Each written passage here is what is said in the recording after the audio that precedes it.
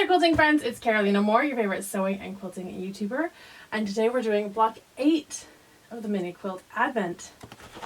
My zipper pouch here, which with the Mini Quilt Advent comes in, starting to feel a little lonely with only those few little envelopes left in there, but it's been so fun to work on this.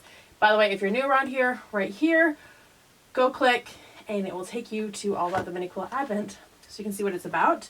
And if you go down to the description, you will see if there are any left over for you to still be able to buy one. So go down the description. There are links there for anything you need to know about the Mini Quilt Advent. Okay, so I have our block 8. You ready? Let's get started.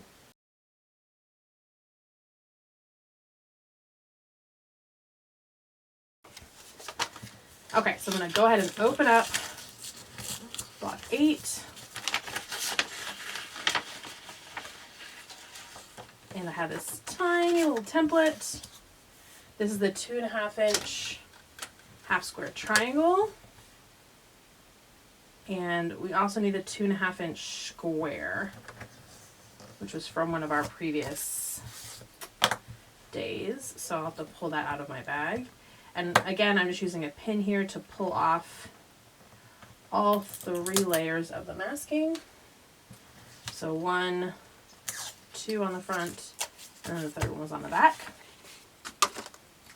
So that is our cute little half square triangle. And then I'm going to go into my project bag and find the 2.5-inch square. Now it'll be really easy to mix these up. So here's my 2.5-inch square, and this is my 2-inch square. I don't want my 2-inch square. Put that one back. You want the 2.5-inch square. So there we go. And then we're going to cut our pieces. But first we have to pick our fabrics. Oh, this is always the toughest part. When I go and edit these videos, it's like, yep, this figuring out what fabrics I want to use is really pretty much longer than the sewing. So let's go really quick. In fact, yeah, let's do just the first 2 we're grabbing. Yeah, we're going to do that. Let's go. Yeah, that's fine. This I'm using for my sashing, so that is going to make it interesting at the end.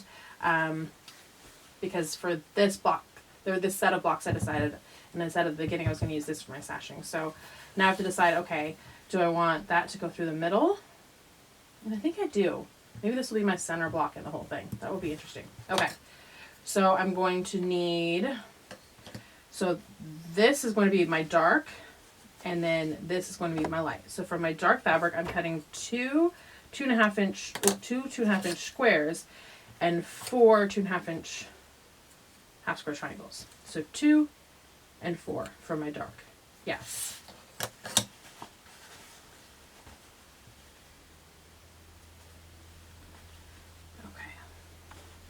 And look, I've only used this in one, so it's probably a good choice. And I'm not going to worry too much about fussy cutting this one. I'm just going to cut and go. You absolutely could fussy cut, especially that center square in the middle that we're going to be cutting out of our dark. And you know what? I didn't show you the other version of this, so I'll do that in just a second. Okay, so 2, I need 4 of these.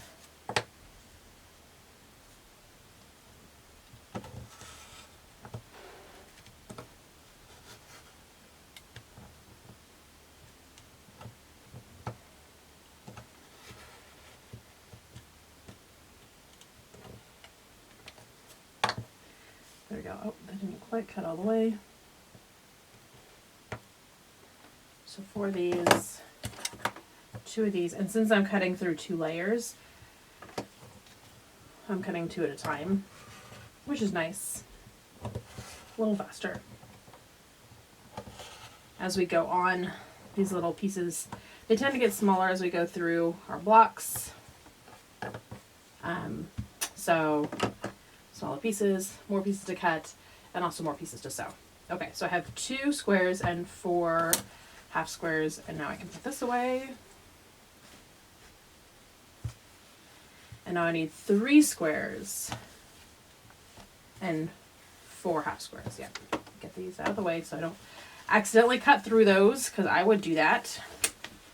Okay, so I'm gonna try to cheat here. I go like this because I have 1 layer of fabric here and then 2 behind it. Just see if I can cut all 3 squares at the same time.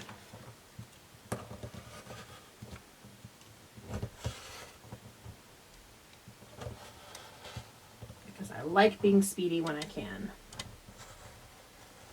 And I probably think that me cutting this fabric is not the most interesting part of these videos. I don't know what you think the most interesting part of these videos. Leave me a comment. Let me know. What's the most interesting part of these videos? Is it, do you like the chit chat in the background? I had someone comment on one of the other videos. They really liked that I didn't speed anything up, that I'm really doing this in real time. And so they can really sew along with me. And they don't like the, pause and play and pause and play. So do you like that? Do you prefer that I not speed things up? There are some videos where you just need things sped up because no one wants to sit there for 20 minutes with me while I sew all the seams. Like, that's just, I don't know that I have 20 minutes of just chit chat without it being like a back and forth chat with someone. So let's see. Okay. All right. So I have 4 of these, 3 of the squares. Yes, that's all my cutting. I think, pretty sure. Fold this up and put it away. And I like folding it up and putting it away right away because then it's just out of the way instead of a big mess. It's a little more work in the moment, but then when I go to do my next block, everything's where I need it to be. And I had some folds in my fabric, so I'm just going to give all this a quick press. Okay, I made a mistake. Look at this. I thought I could be super smooth and cut 3 at the same time, and this one has a notch in it, so it's not going to work. That one's garbage, and I get to cut 1 more square. That's what I get for trying to be super fast. So I need to cut 1 more square. I'll cut 2 for good measure, since I'm just cutting through 2 layers anyway.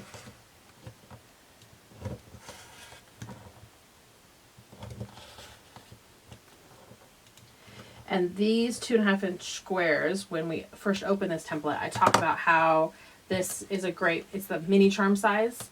Oh, let me pull one of these away so I don't get confused as to why I have too many. So these are a great mini charm size, which now means that you have your 2.5-inch squares to make your mini charms, and then you also have your 2.5 half square triangles to be able to add half square triangles throughout a mini charm quilt. So that's super fun. Okay, so the one that I did previously is this one right here, and if I turn it, let's see, there we go. So this is the same direction that it is on my pattern, and you can see I went directional. My candles are all directional, my ornaments are all directional. I got very into making it all directional, which you totally can. I'm just choosing not to this time. Okay, and you just want to watch, okay, I've got 2 these half square triangles facing up, 2 of these facing down. I didn't worry about these being directional since they were kind of all over. This ornament and these candles I did, and then these ornaments and these ornaments I did. Okay, so that was last time. Now we're going to do this time. My first step is always to lay out the pieces. So I have my 3 background pieces like this, which is my light, and then I have my 4 half square triangles like this. And then my 2 other squares here and here. And my other half square triangles here, here. Wait! Wait, stop. I was putting it together wrong. Let's try this again, like this. Okay, this is what it's all supposed to look like. You can probably tell that I stitched this together and actually got all my rows stitched together and then was trying to lay it back out to make my 9 patch, and no, oops, total mistake. Did I write this pattern? Yes, I did. Have I already made this pattern once before? Yes, I have. Do I like quilt for a living? Yes, I do. And I still made a very, very simple mistake. So if that helps you feel like, oh goodness, we all make mistakes. Truly, we all make mistakes. let's try this again with all the blocks put in the right shape, or all the units put in the right shape. Now, this is actually going to come together like a 9 patch after we've sewn together our half square triangles. So if any of your fabric is directional, make sure that it's all the way you want it right now. And then we're just going to stitch up these half square triangles. So just grab a pair, put them together, and then with our good 1/4 inch seam allowance, we are going to stitch these one by one.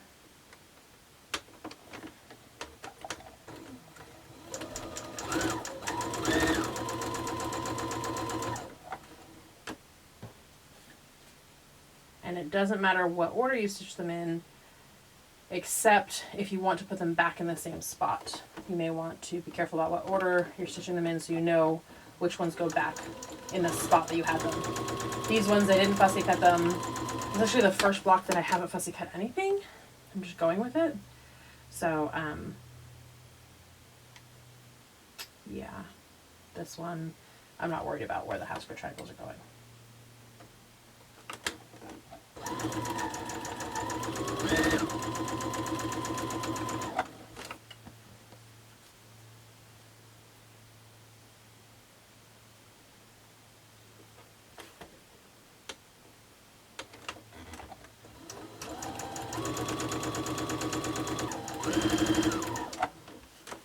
Okay, so once we have all of those, we can press them, and we're just going to press towards whatever our dark fabric is. I'm going to go ahead and press these all towards the dark.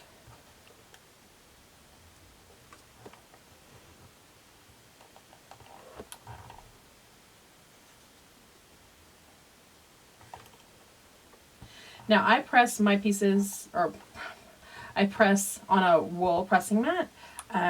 If you've been around for a while, you know that I am allergic to wool, and yet I keep wool pressing mats in my sewing room. And it's because what the wool does is it reflects the heat back, and that wool pressing mat, since it's reflecting that heat back, it's almost like the fabric's getting pressed from both sides. Now, I do have a tailor's clapper in here. I'm not using the tailor's clapper. I didn't kind of grow up using one, so I'm not as used to it, and it would be a new habit that I'd have to get into. But a tailor's clapper, you then set it right on top of here. And it would help if I kept my tailor's clapper close so that I could actually use it. But you would set that on top of here, and that would help it cool slowly and flat, so it stays flat. Now we're going to stitch these two together, these together, these two together. Then we're going to add on the third piece on each of the rows. Then we're going to double check that we did everything right, and then we're going to sew our rows together. So let's give this another shot. I'm going to take two, stitch them together.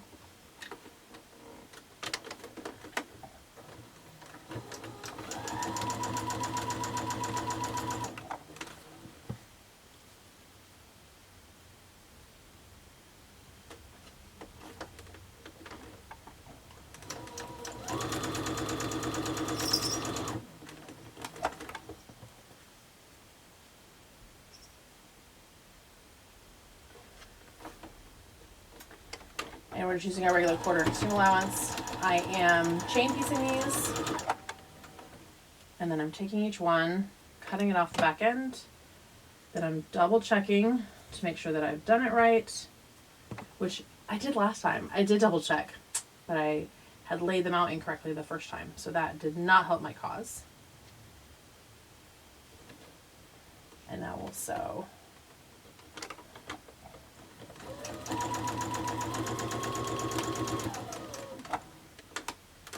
And then we're going to take the back piece off again.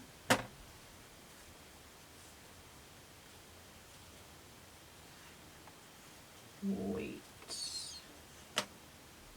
This doesn't look right. No, that is right. That is right. Okay. Now I'm going to second guess myself on everything.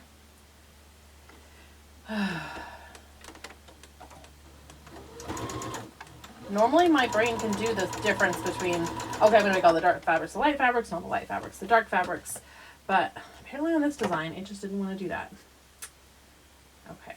Yes, like that. Yes. Just did not want to today.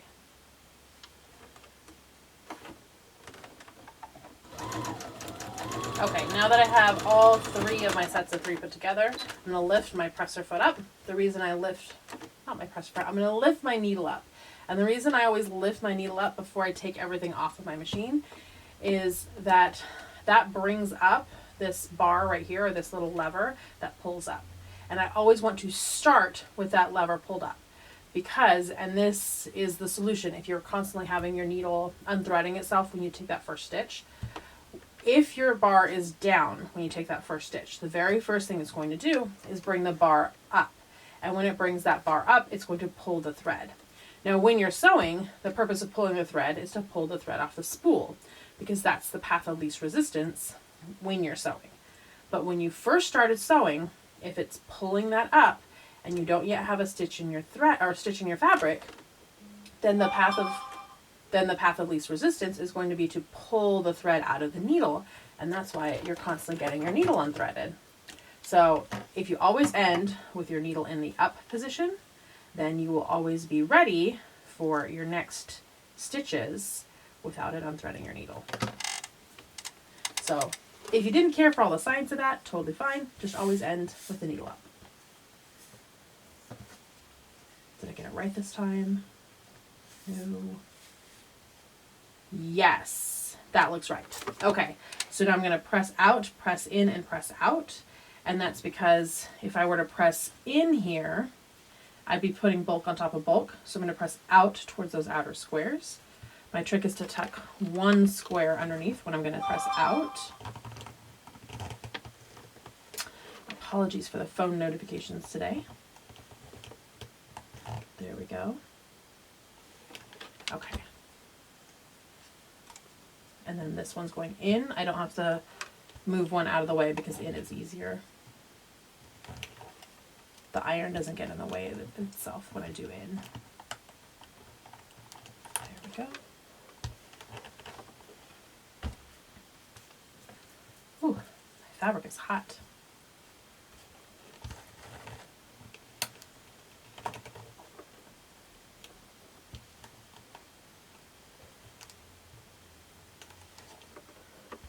There we go. Okay. Does that look right to my picture? Yes, yes it does. So now I can stitch my rows together.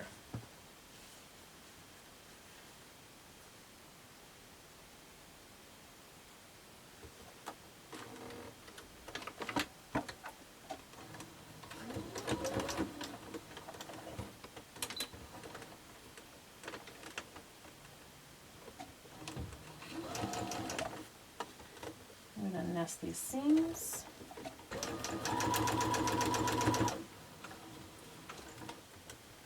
Try to get myself some pretty points.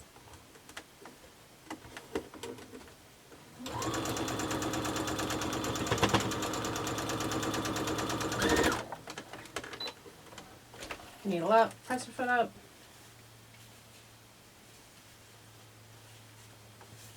Double check, triple check, and then I'm going to stitch my last row on.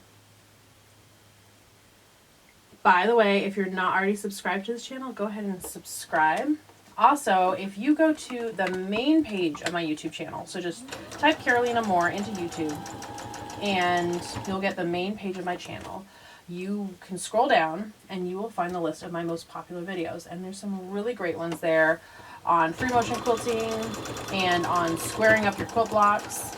So if you're new around here, go ahead and you can check the video archives and also check those most popular videos.